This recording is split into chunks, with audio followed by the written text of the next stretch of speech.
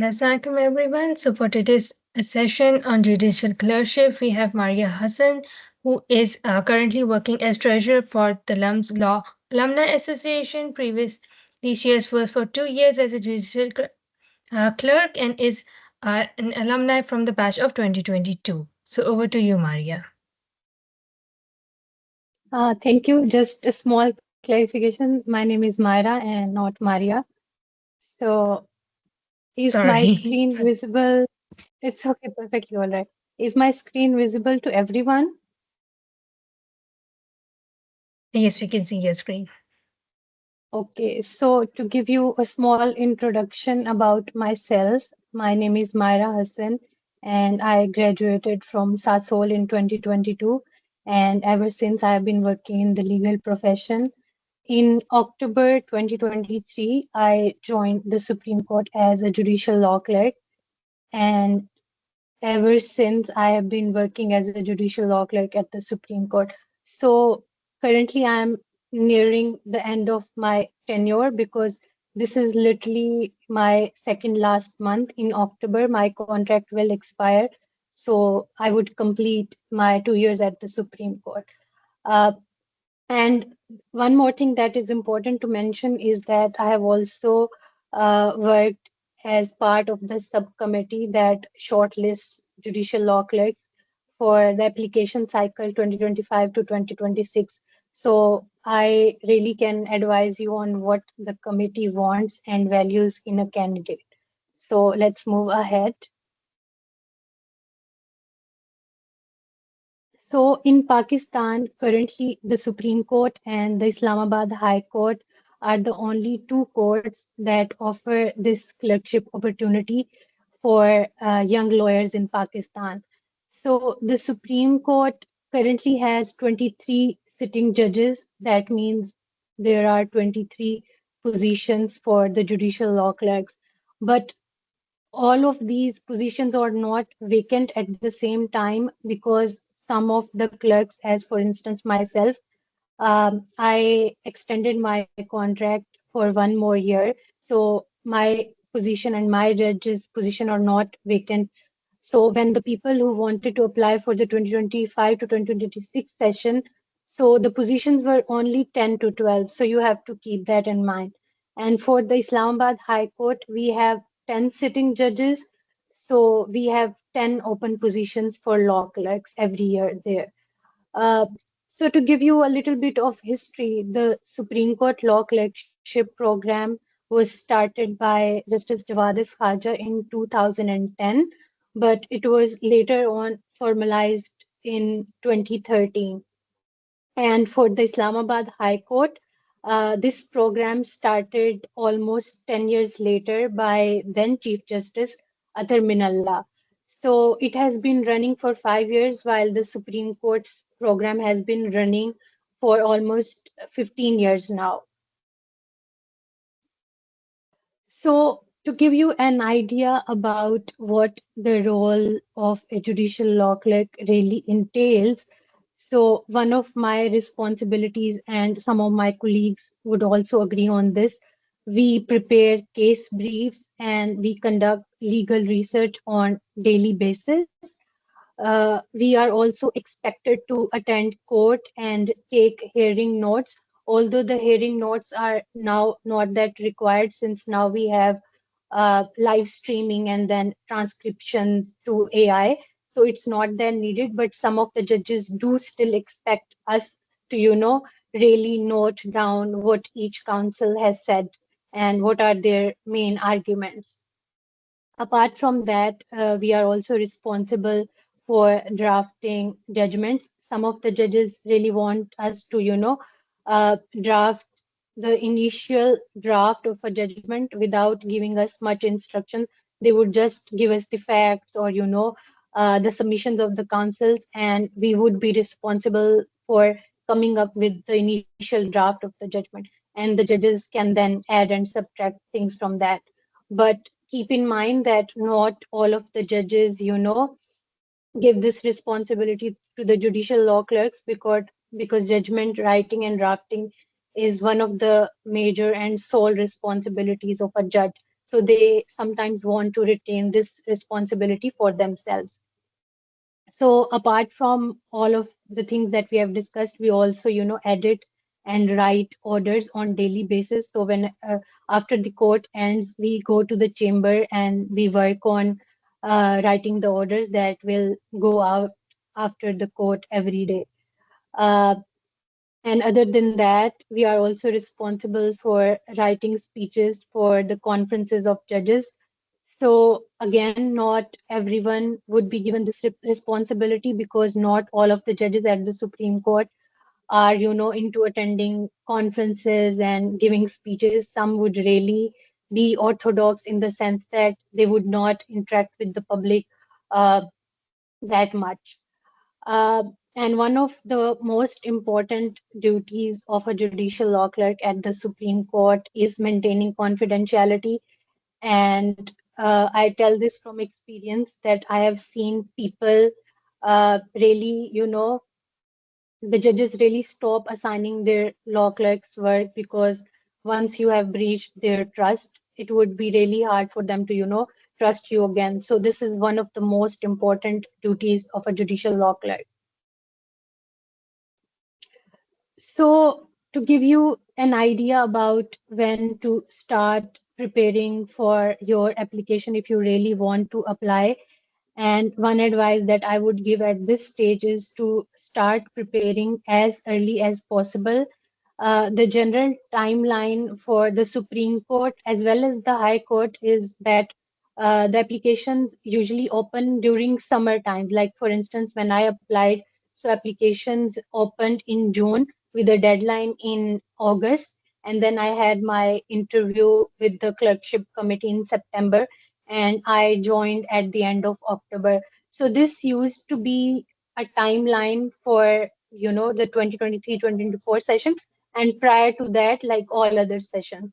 But very recently, this timeline has a little shifted. So this year, for the application cycle for 2025 to 2026 year, so the applications opened in May 2025 with a deadline. In May, again, we had a 15-day cycle. So in 15 days, you had your deadline approaching. So in June, we had interviews, and in the second week of August, the new batch has joined us. They have recently joined. 8th August was their starting date.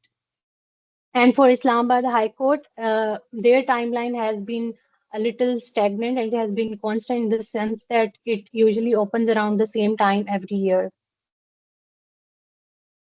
Uh, to give you a little comparison of how the clerkship program at the Supreme Court differs from one at the Islamabad High Court, the major difference again is remuneration. We get 121,500 rupees as pay, while the clerks at the Islamabad High Court they get 100,000 rupees per month. But as you see, this difference is not much. And in fact, for someone who would want a more rigorous work environment, I would suggest for them to apply for the Islamabad High Court clerkship because the backlog of cases is more there. The workload for the judges as well as the judicial law clerks is more there. The Supreme Court is a little chill in that sense, and sometimes like we only have 10 cases per day and it only goes up till 40 cases per day, and that only when we are visiting the registries. So to give you an idea of the concept of registries, so we have one principal seat of the for the Supreme Court in Islamabad, and we have four registries, one for each province. So we have one in Lahore, one in Quetta, one in Karachi, and one in Peshawar. So that's that.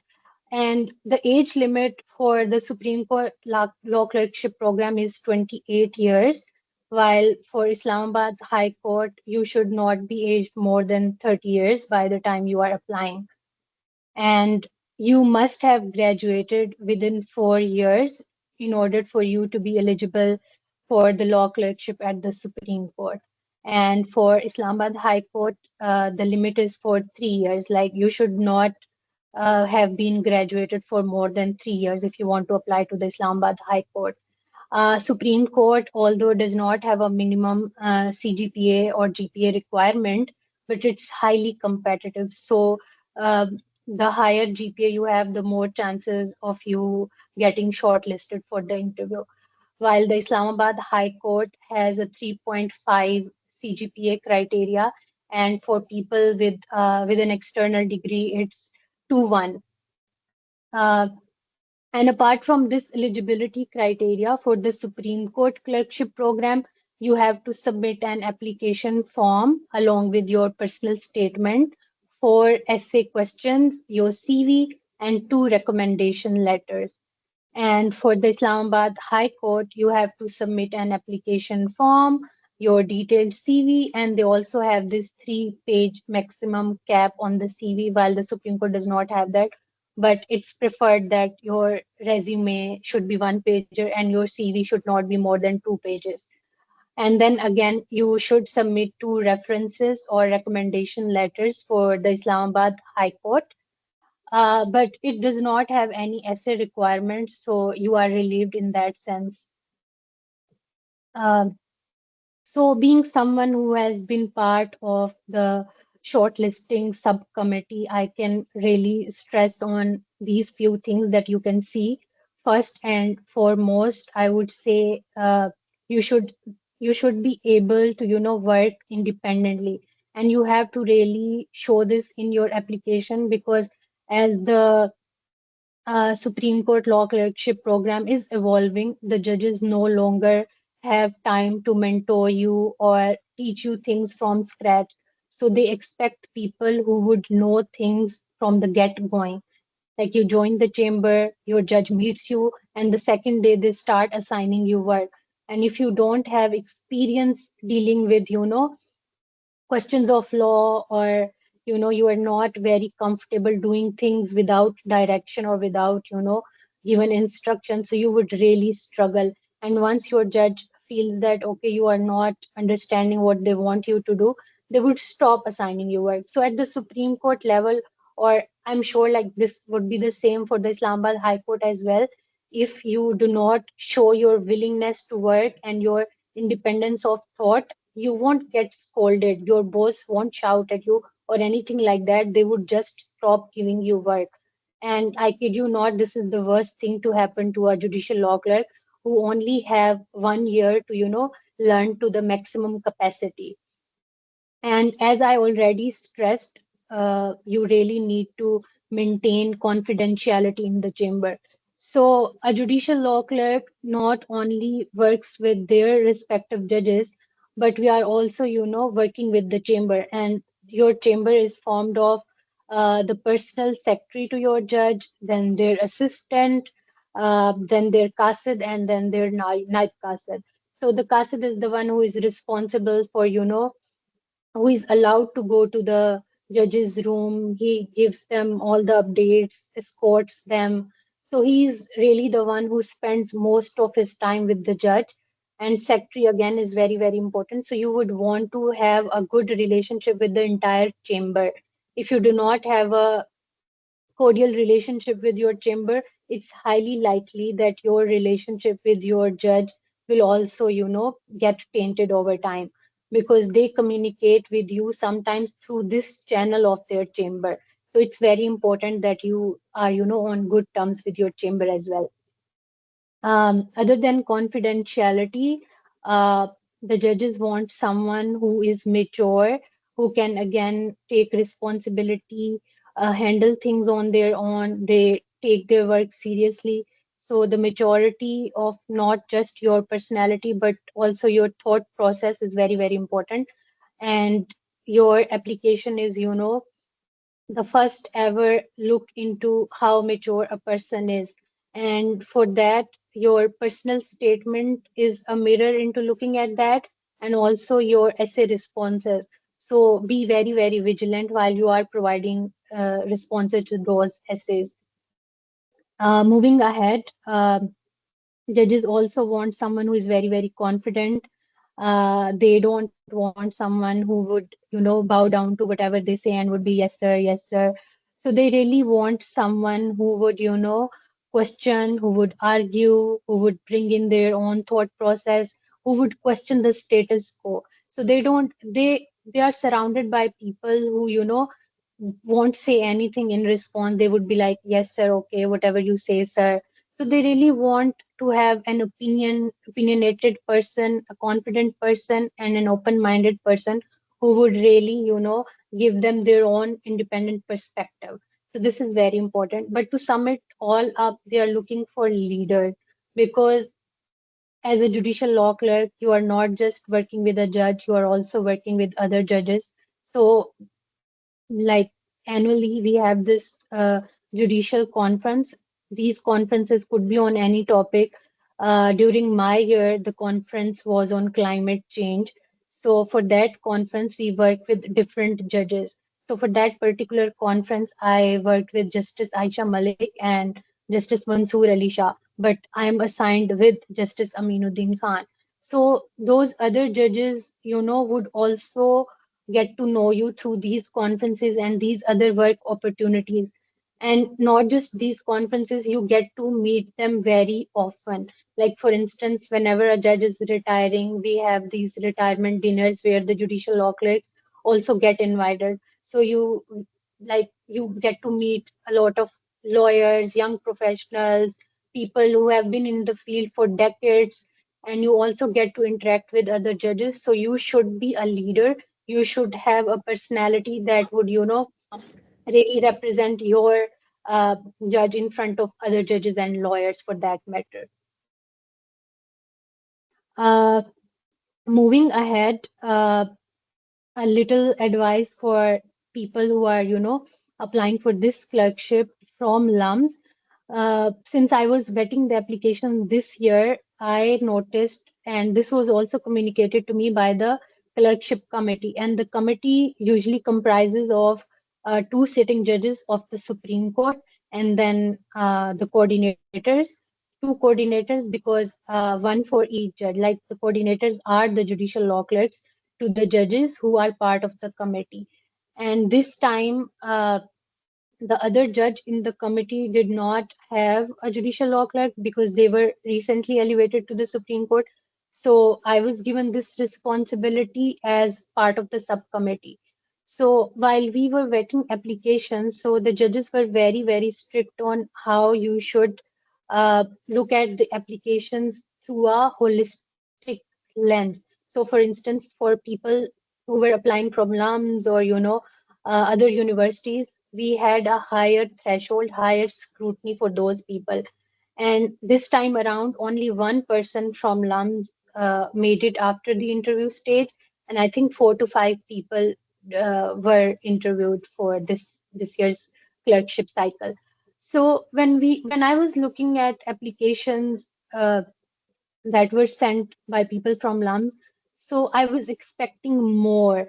I was like, okay, the people who are, applying from these remote areas, from Mia Channo, from Dera Ismail Khan, who don't have much opportunities and don't have these resources that we have. Like, for instance, the library resources when I was at LUMS, those resources were very, very useful.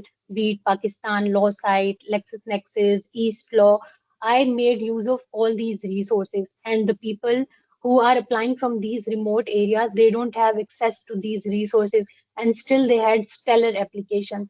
And people from LUMS, they disappointed me in the sense that they could not submit quality applications. So one advice that I would give is that while you are at LUMS, while you are, planning to apply for this clerkship program, really use your time to work on your research skills, but do not just focus on research, because we just do not want someone who can only do research. As I already mentioned, we want people who can be leaders, who like work on your volunteership experiences, take initiative. Quality always, is preferred over anything else. So if you are submitting a polished and quality application, you would get shortlisted for an interview. And after the interview, mm, we don't have any say. We cannot do anything. Your interview is a make or break thing for you. So you really have to show and you really have to present yourself yourself in a way that would impress a sitting judge. So that is a sure. But to give you an idea of how the people from LUMS have been getting these positions, so in 2022, we had three Luminites who made it after the interview stage, and I was one of the people who gave an interview. So to give you, a background, I applied to the law clerkship program two times. So in 2022, I got shortlisted for the interview, but I could not make it after the interview stage. And the reason being that during that year, I was applying to this clerkship program for the wrong reasons. I was stuck at a toxic workplace and I really wanted to get out of that. So when I appeared before the judges for my interview, I could not really tell them why I want to make this shift from corporate law to, judicial law clerk who would be working on the other side. So another advice that I would give to you is to apply for the right reasons. So I did not make it through, so I applied again in 2023. I again got shortlisted for the interview, and this time around I applied for the right reasons. I knew why I'm applying, although I had, a comfortable job in Lahore. I was earning well, so the pay jump was not that much either. But I knew that I really, really want to do that, and I was able to eventually justify that in front of the committee. And yeah, then I joined the Supreme Court in 2022, being one of the seven people who, made it up like post-interview stage. But these seven people were not the only one from LUMS. We also had two Lovenites in the reserved seat in that year. But in 2024, we did not have a single Luminite join the program. And again, it's not about the reputation that we have made there or the way we have represented LUMS. It's none of that. It's just that this particular year, the committee was a bit strict. So it comprised of Justice Aisha Malik and Justice Munib Akhtar, and they really, really wanted to see some of the best applicants join the Supreme Court. So I think that could be one reason. But again, I don't know. I was not part of the subcommittee then. It was my colleagues who were, vetting applications.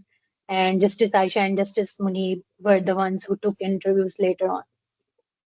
So in 2025, we only have one person who has joined the Supreme Court Law Clerkship program, but we also have people who have been joining the Islamabad High Court Clerkship program ever since the program started in 2020. So it's not like, oh, I know some people who could not make it through the program at the Supreme Court, but they did make it through the Islamabad High Court's clerkship program.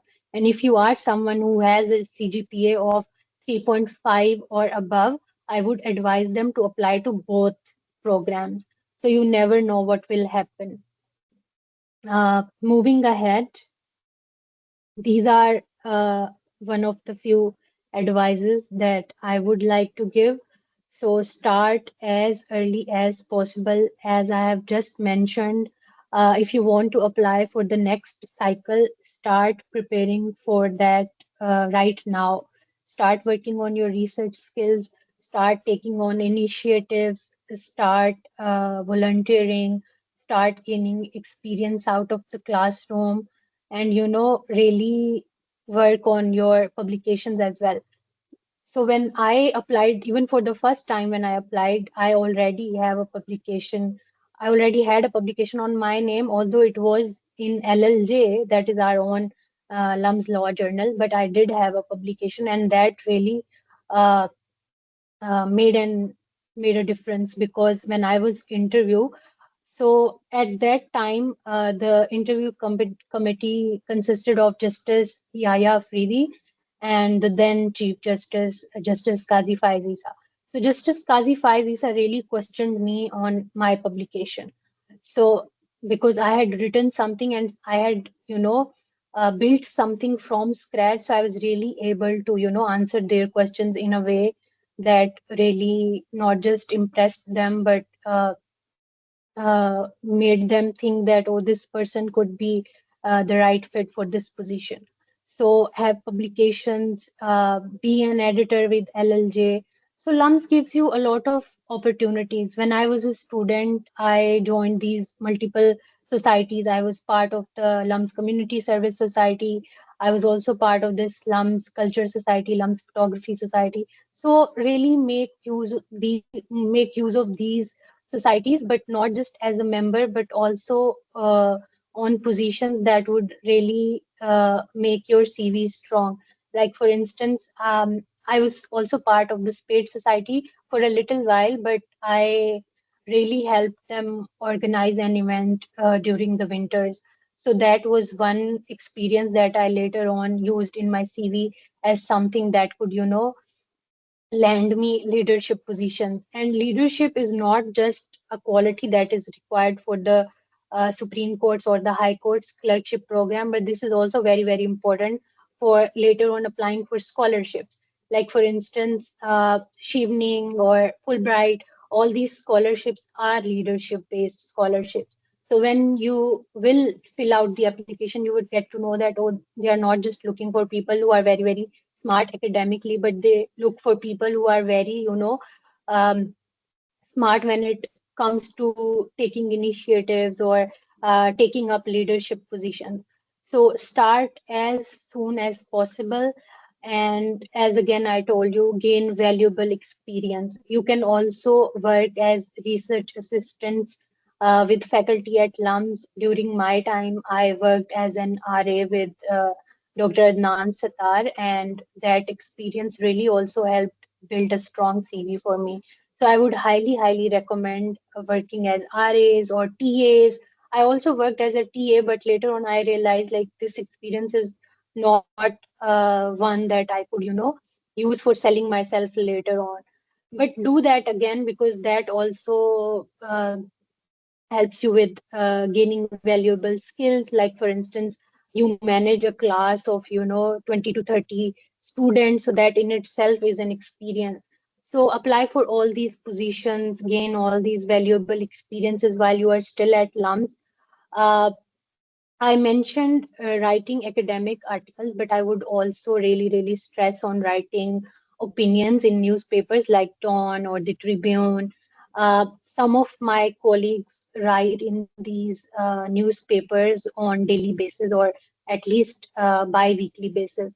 I'm not one of those people because my job is such that I don't get much time to do that. But if you have time and if you can manage, you should definitely write opinions in newspaper. That really helps you, and that goes a long way, not just again for the Supreme Court or the Islamabad High Court clerkship, but for your LLM applications. These experiences are the things that really, really matter.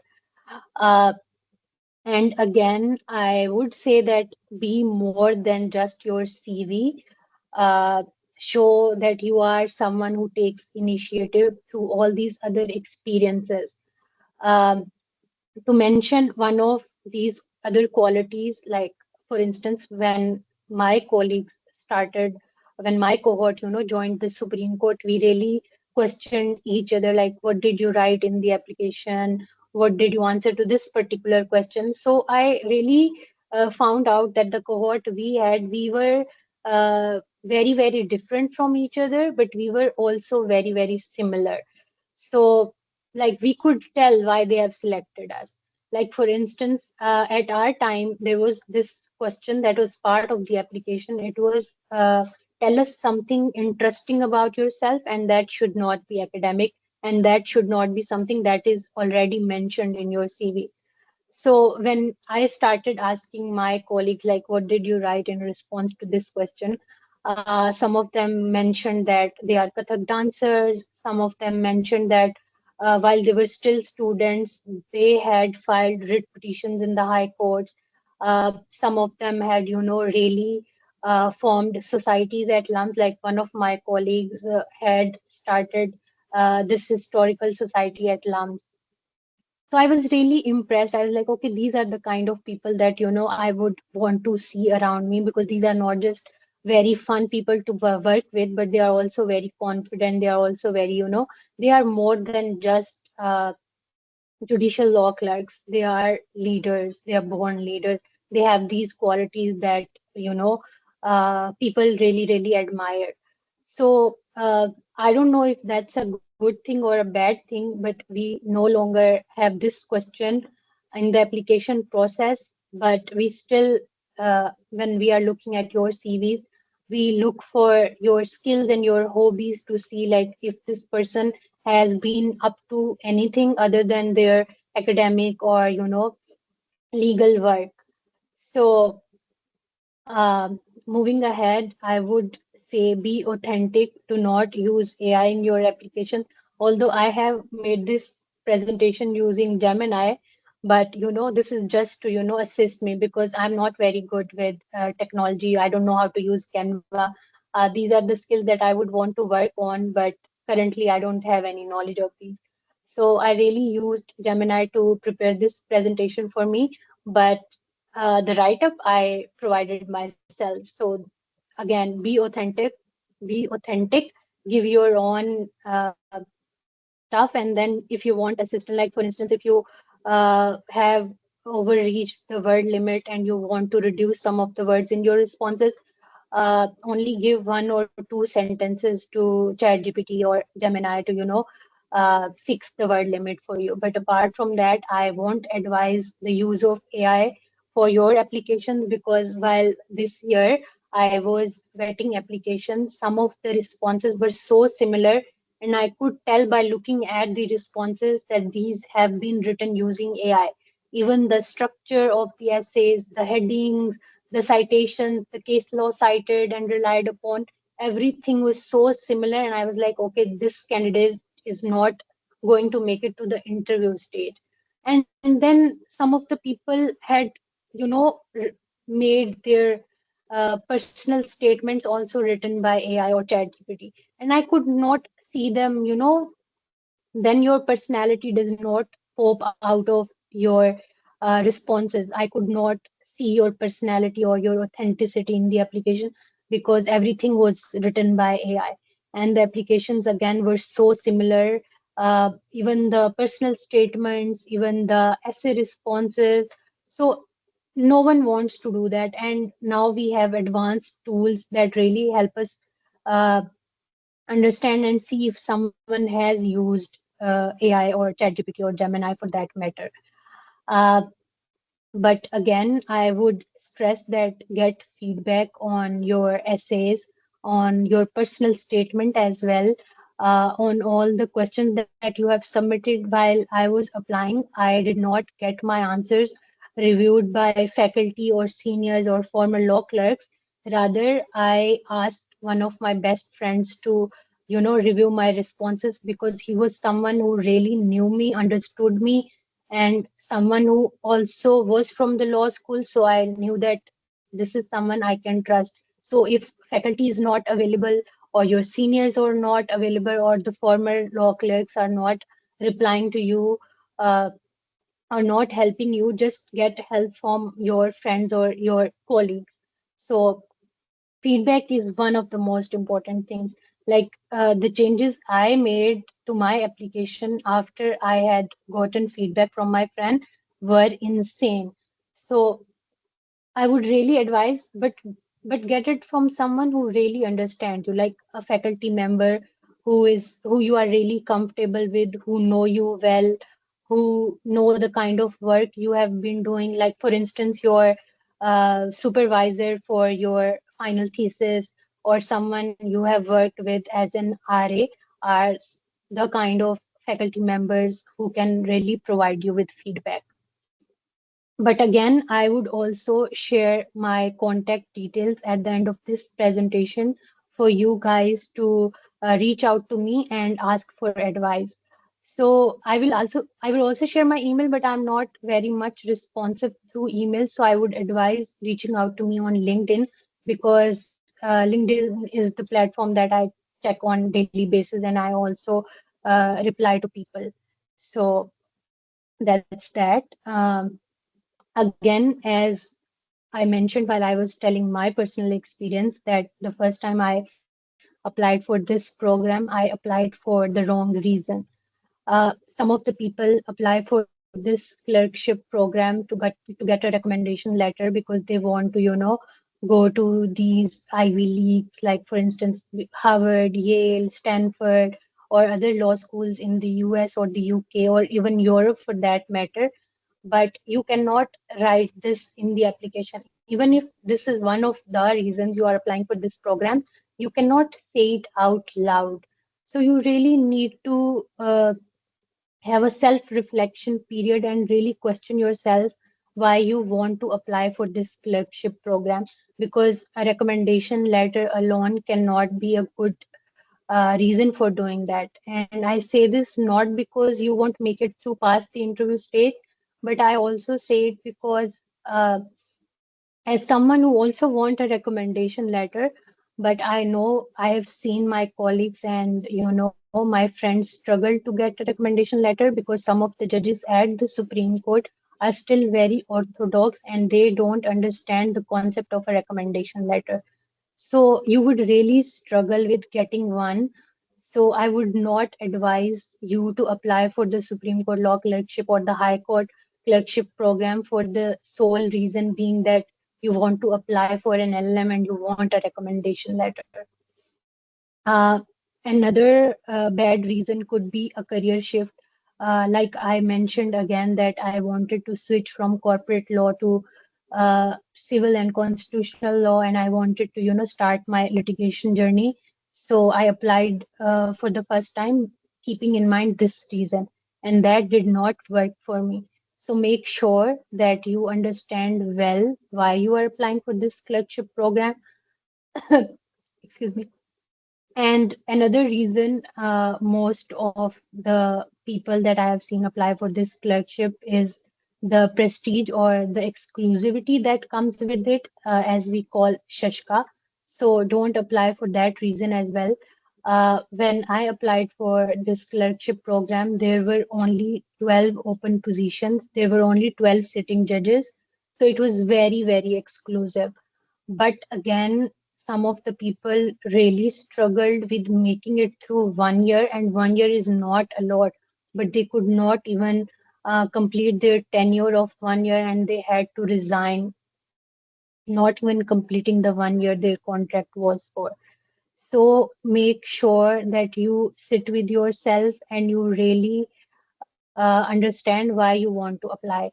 And this is, I'm sure this is the same for the Islamabad High Court as well, but um, you can get in touch with the current judicial law clerks at the Islamabad High Court. I know Ibrahim Abru. He was my junior at LUMS. He's currently a judicial law clerk at the Islamabad High Court. So if you really want to apply to that program, I would suggest that you get in touch with him either through LinkedIn or you can ask me as well. I can provide you guys with his contact and you can reach out to him. So if you really want to apply, like for instance, one of the good reasons could be that you want to focus on learning, and learning is not just limited to seeing these people argue and witnessing the jurisprudential development firsthand, but it also means understanding the stories of not just the litigants but the petitioners. Like, for instance, in the courtroom, I have seen people cry. I have seen people struggle to, make the judges understand what they want, why they have knocked the door of justice at the Supreme Court. And some of these people do not even have money to engage a counsel. So they are petitioners in person. So make sure that your learning is not very much restricted to understanding these things. So if you have a very very specific and particular idea, like I want to apply to the Supreme Court law clerkship program for this particular reason, and while I'm reading your application, I would be like, okay, this person really knows what they want to do in life. So I would really want to see them come to the Supreme Court and pursue what they want to pursue in life. So be very, very particular, research a lot. For instance, when I applied for this program, I not just looked at the videos or the interviews or whatever material I found on the Supreme Court Law Clerkship program in Pakistan, but I also looked at the same program in the US and in India, because India had already replicated the same program that the US had established.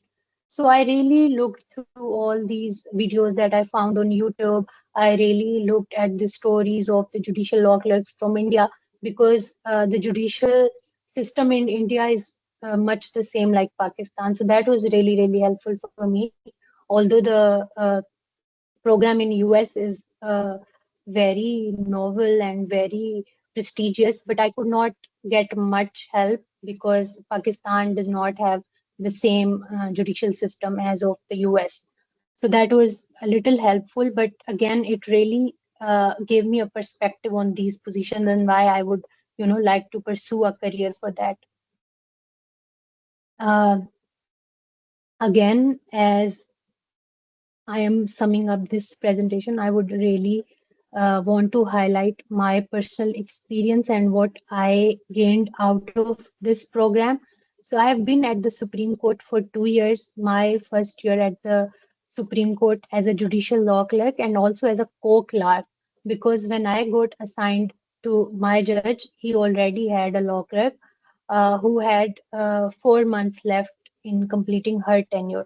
So I joined in October 2023 and she was resigning in January 2024. So I really worked with her. She not just mentored me, but she also, helped me with gelling in to the environment, to the chamber. But I still struggled a lot because my judge had an already established relationship with someone, and my predecessor had also worked with him for 2 years. So someone who already had 2 years experience working with my chamber, I really felt like they do not need me, or this is a place where I am not needed. So I really struggled initially, and this is not just work wise. Like work wise, I got the hang of it very early on. Like 1 week or 2 weeks in, I knew what to do because I already had 1.5 year experience post graduation. So it was not very difficult for me. The difficult part for me was breaking the ice with the chamber and the judge.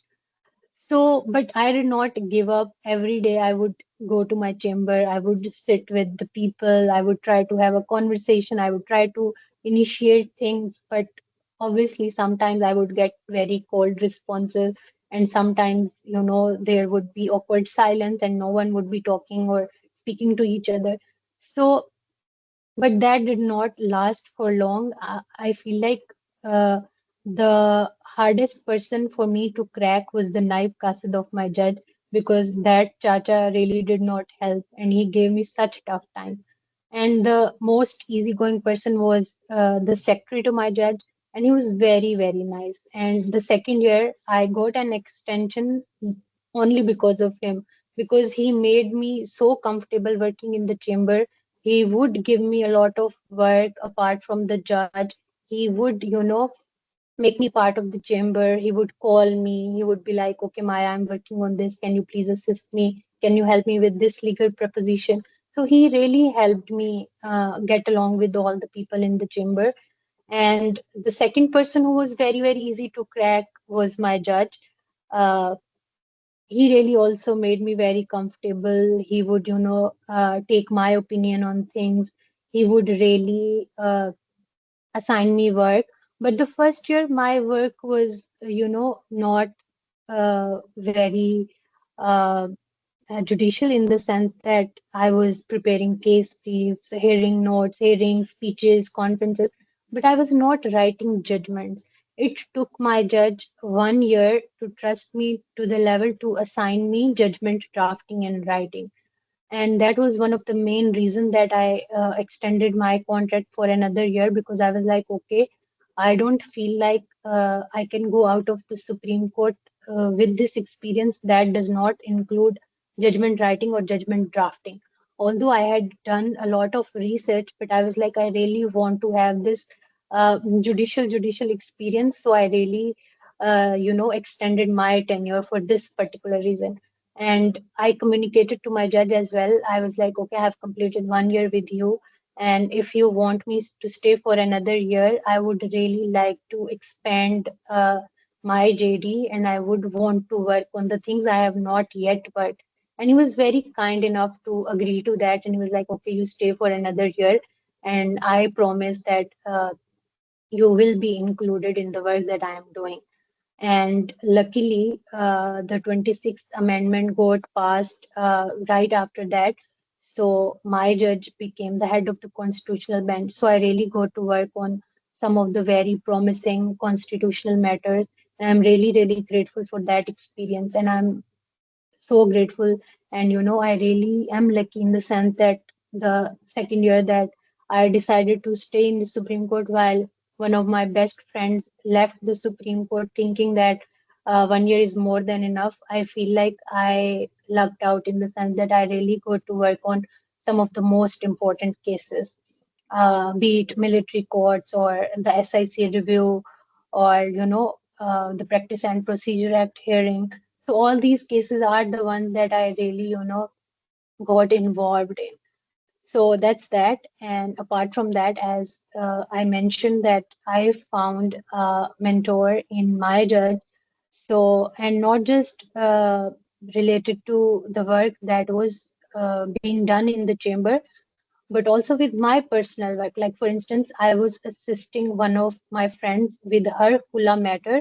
So I was really struggling because I have not done anything related to family law. So I was like, I don't know what's going on, but I really want to help this friend.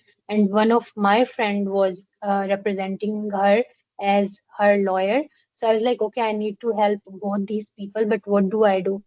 So I just went to my judge and I was like, okay, sir, this is a case that I'm, handling on a personal level, and I would really appreciate your assistance. And I kid you not, that man really made me understand everything about family law. And he also gave me a bench book that was written by Musavi. Shout out to them. They write these books for sitting judges. That book was very, very helpful. And that book is, I think, readily available on readings or other, bookshops. So if someone of you is interested in family laws or child protection or matters related to this, you should get that book for yourself. My judge ended up gifting that book to me, so that was again a plus. I currently own that book. That really helped me. And I was eventually able to get a hula for my friend. So mentorship you won't find in all the judges, because some of the judges at the Supreme Court again are not interested in mentoring you. So they would expect you to know things on your own. So coming to the Supreme Court is your choice, but getting a judge assigned is a thing that is entirely based on luck. So you don't get to pick and choose what judge you want to work with. That depends on your work experience to some extent and your preference again to some extent. Because I have seen that the people who have criminal law experience would usually get assigned to judges who are sitting on a criminal bench or have expertise in criminal side. And similarly, people who have expertise in tax law would get assigned to the judges who are expert when it comes to tax law. So these things do play a role, but it's entirely based on your luck. So you don't get to choose which judge you want to work with. Another thing that I got out of this experience was the connections, like the network that I currently have at the Supreme Court. And this is not just the judicial law clerks or the people my age, but also professionals, legal professionals who have decades of experience, and people who are, on these leadership positions, like, for instance, people in the ministries or people who can really help you get things done. Like, for instance, I recently had to get my degree attested by HEC, and I just asked the secretary to my judge, like, do you have any connection at HEC, because I want to expedite the process. And he was like, yes, I know someone there. So you just do the procedure. Like, I had to pay a fee and then select an appointment date. But they really helped me with, getting the appointment date that I wanted, because usually it's you get an appointment after months and months, but I was able to get an appointment after a week. So these things cannot happen without having these connections uh, in the legal profession as well as out of the legal profession. But one of the things that I am very, very grateful for, and the things that I have got out of this clerkship program, is the lifelong friendships. And the cohort and my batch that I had joining the Supreme Court in 2023, these people are one of the best people I've ever met in my life, and I really admire them. I really love them. These were the people who really, made me feel comfortable adjusting to a new city. I am not from Islamabad, so Islamabad was a new city for me, and I had to start my life from zero here. So these people really made me feel comfortable, feel at home. They really hung out with me. They really made time and made effort into getting to know me. So again, Supreme Court clerkship program is one of the unique programs in the sense that you get to work with the people your age. When you start your career elsewhere, like for instance, even a law firm for that matter, you have people of all ages. But at the Supreme Court, again, there are people of all ages, but your colleagues, the other judicial law clerks, people working on the same position are your age fellows. So, and I don't think after this clerkship program, I would ever be in a professional environment where I would, have people my age who would, trauma bond with me or really try to, put effort into making friends with me. So, so I was really lucky in that regard. But since we are running short on time, I think I should just wind this up. Okay, so in this slide, I really wanted to attach some of the pictures with my friends, but again, I am not a tech savvy person, so like I could not do that. But if we have time, so I would really like to show you guys some of the pictures with my cohort and my colleagues that are really, really, close to my heart. But let's move ahead. Again, one of the most important takeaways from my experience as a judicial law clerk is that this role is not for everyone. So you really have to, sit with yourself and be sure, like this is something that I want to do, because for some people this would feel like a career break. So for 1 or 2 years of your life, you won't be doing work or producing work at a pace that you would usually want to, because I know that you are very motivated, you are very passionate at the start of your career. So you would not want to, waste this 1 or 2 years of your life. And this again entirely depends upon the judge you are working with or you are assigned to.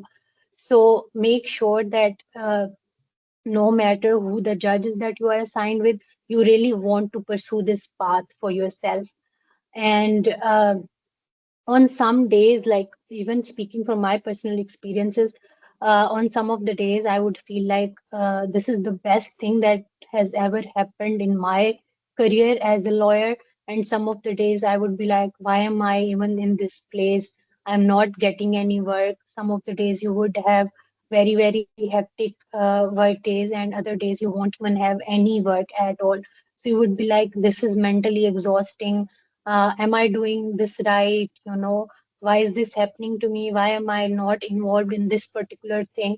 So you really want to avoid these things or this negativity in your life. And if you feel like you cannot be someone who would get through this, so I would suggest you to not apply for this particular position. And but again, like speaking of my personal experience, I got to learn a lot of things outside of my chamber by just sitting in the court, interacting with my colleagues, meeting people, meeting other judges, meeting the secretaries who were, working with other judges. So it is an experience that entirely depends upon what you want to do with it. Like for instance, as I mentioned, like I initially really struggled with, breaking the ice with my chamber. And I really know my colleagues who would just give up, and their year would only look like coming to the Supreme Court, sitting, watching Netflix on their laptop, and then going back home. But I know like most of us won't want to waste 1 year of our life or won't want to do these things when they are at the apex court of the country. So please be very, very mindful and very, very sure what you want to get out of this experience. So, this is all from my side. Thank you very much for giving me this opportunity to speak about my experience. And thank you to everyone, whoever has joined. This is my email ID and my LinkedIn ID. So, if you are someone who really wants to apply for the clerkship at the Supreme Court, because I might not be the right person for giving advice on Islamabad High Court's clerkship program. So, do reach out to me. Again, I am more responsive on LinkedIn as compared to email. So you would really want to connect with me or send me a DM on the LinkedIn. But thank you so much again. If you have any questions, it's the right time to, throw your questions my way.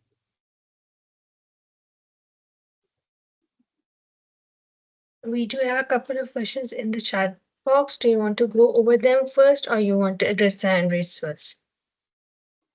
Uh, we can do that side by side. If Okay, someone, perfect. okay, Reed wants to ask something. I hope you're well. Thank you so much for the very insightful session. I wanted to ask, since you had two intakes last year, one was in Jan, I believe, and the second was in May. So are they going to reopen the applications for Jan, or is the cycle just going to run till August of 2026? Okay, so the applications won't be opened again in January because we have enough people in the reserve list for people who are, resigning. For instance, I am leaving the Supreme Court in October this year, like next month. So, but again, my judge is also retiring in November, so he won't be needing a law clerk. But some of my colleagues, I think they are. 9 to 10 people who would be exiting the Supreme Court or might be getting extensions in December. So, for these people, like for these vacant positions, we won't be opening the clerkship program again, and we would be utilizing the reserve list for, filling up these positions.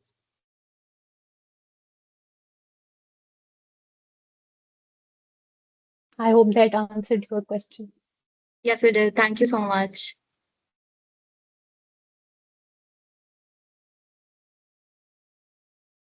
Okay, Kumar has asked, I have a basic question. What do we do in clerkship? So, in the initial slides, I really went over the responsibilities of a judicial law clerk. So, I think that would have answered your question. Okay, Alishba has asked what kind of essays. So if you go to the Supreme Court's website, and I would highly recommend doing that, you would find the clerkship application. So it has a form, and then it has essay questions. The essay questions are legal questions on which they really ask for your opinion, and also, in some of the questions they would ask you to, do comparative analysis of Pakistan with other jurisdictions like the US or the UK or India for that matter. So if we have time after this Q&A session, I can share my screen and go over these essay questions and the application form as well. Let me know if you guys would want that. But first, I would like to answer all the questions that we have. Ibrahim has asked, how is the experience of judicial law clerk different from any internship at top level chamber of Supreme Court? Okay, so while you are working at a chamber, you are working as a lawyer. But when you are working as a judicial law clerk, you are literally at the other side. You are assisting the judge and you're not assisting the lawyer. So you really need to understand this. The judicial law clerkship program really gives you an idea into the working of a judge as opposed to lawyers. It does give you an idea about the case memos of lawyers as well, because when we are drafting judgments, we go over the submissions of the counsels as well. But your work is more of a more on the judicial side, and you take a break from being a lawyer for that 1 or 2 years that you are working on this position. So I hope that has answered your question. Fatma has a question. Yes, Fatma, go ahead. Hello, Maya. Thank you so much for the very insightful session. I just wanted to ask, do you think that in their personal statements, things along the lines of what we have been passionate about? So, for example, I'm taking LUMS Law Clinic right now with Professor Maira Hassan, and we met clients for the first time today. And this woman started crying, and it was a whole very moving experience. So, do you think that do you think it's smart to just limit the personal kind of inclinations we have with a particular area of law? Do you think that's smart, or do you think that should also be the case for the essays? Okay, so I would suggest that don't limit yourself to one area because uh, but as long as you are comfortable and you can justify it at the interview stage, that would really work for you. But that cannot work for everyone, and you should not really limit yourself. But again, your personal statement should really be a reflection of yourself. So I would not say that my advice would work for everyone. Just be your authentic and weird self. Honestly, when we are, reading your personal statements, we want to look at your personality because we have the essay questions and the application form that would give us enough idea about your work background, your education, and the other things you have been doing. But we really want to see your most authentic and unfiltered self in the personal statements. So as long as you feel I like you have are another being question. yourself. Go ahead. Hmm. Yeah. Sorry. So I wanted to ask also, one of the reasons why I and some other of my classmates have not done a lot of internships in like firms largely because you don't really get any meaningful work. So what that means is that you're paying out of pocket for a commute back and forth to a workplace, जिन्होंने आपसे NDA sign करवाया है, but they're not really giving you any meaningful work. And so instead of that, like maybe working on a society project or maybe working on advocacy projects outside of just internships is something that I found has been good for me. So is there like a huge benchmark requirement for how many firms you worked at? Because I've noticed this trend in the LUMS Law School where 2 हफ्ते के लिए यहीं यहाँ होते हैं फिर 2 हफ्ते के लिए कहीं और चले जाते हैं फिर 2 हफ्ते के लिए कहीं और चले जाते हैं and I find that mildly ridiculous actually. So if you could advise on that front. Yeah. Yeah, Fatma, big relate, big relate. Like when I was an intern, I also felt like I was not doing anything. But again, at the Supreme Court, in 2023, when I joined the Supreme Court, so the committee, the clerkship committee, the two judges who were interviewing people, they really, did not care about your work experience. They, like most of my colleagues were fresh graduates. I was not a fresh graduate, and two to three friends of mine were also not fresh graduates, but majority of us were fresh graduates.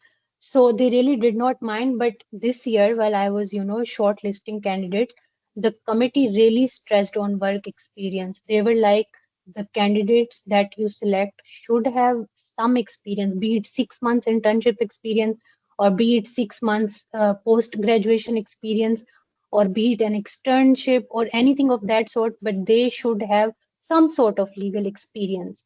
So these things also change when the committee changes and really depends upon the perspective of the sitting judges who are, going to interview you. And obviously, I'm sure that they would have consulted with other judges as well, like what kind of law clerks you want for yourself. So these are the things that are important. I mean, you might not have gotten any valuable experience at a law firm, but at least you still have this thing highlighted on your CV that you have worked.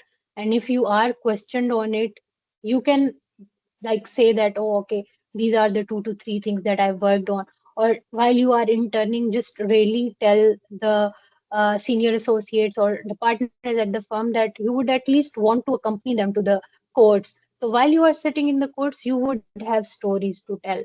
Although you won't have any, insightful or valuable or very lavish experiences to tell, but you would at least have something to tell in your story or in response to a question asked by the law clerkship committee. So I would say, although these experiences do not add much of a value, but they are still very important.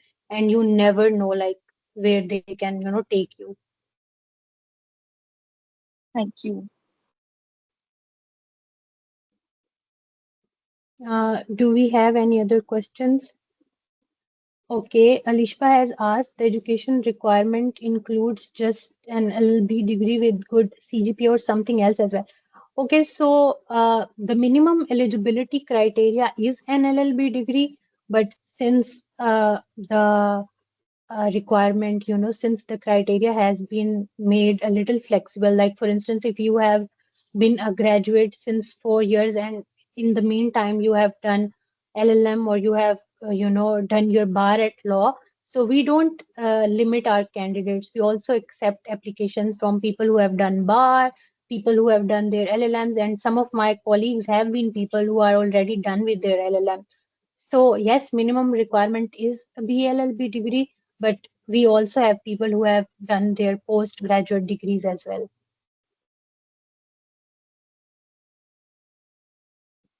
Uh, we still have 15 minutes left, so do we have any more questions, or do you guys want to see the application form and the essay questions? I think it would be great if you show them the application form as well, so that if they have any questions for that, they can ask that as well. Sorry, Aisha, I could not hear you. I was saying that it would be great if you could brief them over the application form as well, so that in case they have any questions on the portal, they can ask that as well. Okay.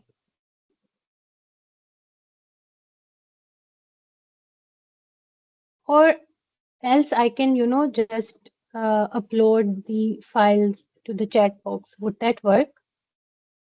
Yeah, that's great, and that will be great as well. Okay.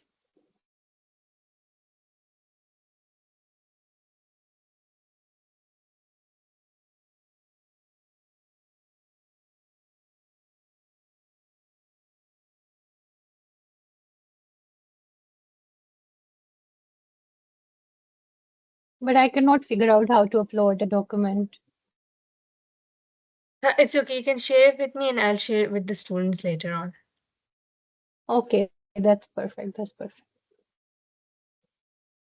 Yes, that's about it. So thank you everyone for joining, and thank you, Myra, for taking out the time to guide them about the whole process, and especially about Thank the difference between both the clerkships. I think this has not only made it clear for the students, but for us counselors as well. So Thank you thank you. so much. Thank you for inviting me. Thank you everyone for joining. Have a good day. Okay, bye bye. Same to you.